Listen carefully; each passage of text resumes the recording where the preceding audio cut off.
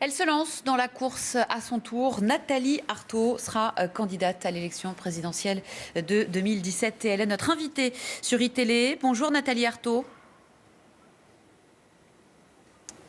Bonjour. Pourquoi avoir décidé de vous présenter d'abord ? Notre congrès s'est donc tenu ce week-end et il m'a désignée pour être candidate de lutte ouvrière à la présidentielle de 2017 pour faire entendre le camp des travailleurs. Vous savez que lutte ouvrière défend ses idées et essaye de faire entendre le camp des travailleurs dans toutes les élections. Donc nous serons bien sûr présents aussi en 2017. Alors ce week-end, Lutte ouvrière, pendant son congrès annuel, a regretté que le paysage politique se droitise. Mais finalement, est-ce que la multiplication des candidatures à gauche ne l'explique pas en partie? Une gauche très fracturée, et ça risque d'être encore le cas l'année prochaine, en 2017?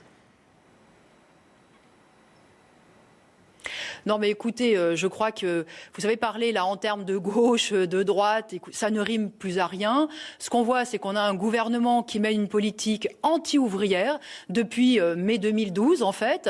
Vous savez, Juppé, Fillon, Sarkozy se moquent de Hollande en disant qu'il n'a pas de cap et pas de colonne vertébrale. Mais la réalité, c'est qu'en termes de mesures anti-ouvrières, il les a tous dépassées, hein. De plusieurs têtes. Ça a été la réforme sur les retraites, la loi sur la compétitivité, ce cadeau au patronat. Et puis là maintenant, hein, c'est un peu la cerise sur le gâteau, on a le dynamitage du droit du travail. Donc voilà la réalité de ce gouvernement. C'est un gouvernement de combat contre les travailleurs. Voilà, donc écoutez, nous on fait sûrement pas partie de ce camp-là. Est-ce que vous auriez envie, Nathalie Arthaud, de participer à une primaire de la gauche si elle avait lieu ? Comme je suis en train de vous le dire, nous n'avons jamais fait partie de la gauche gouvernementale. Jamais, jamais. Et c'est pas la première fois qu'on a un gouvernement qui se prétend de gauche et qui usurpe l'étiquette même socialiste, vous savez, et qui, au pouvoir, fait la politique du patronat. Ça avait déjà été le cas avec Jospin et puis, vous savez, avec Mitterrand aussi. Donc, nous n'avons aucune illusion déjà depuis longtemps.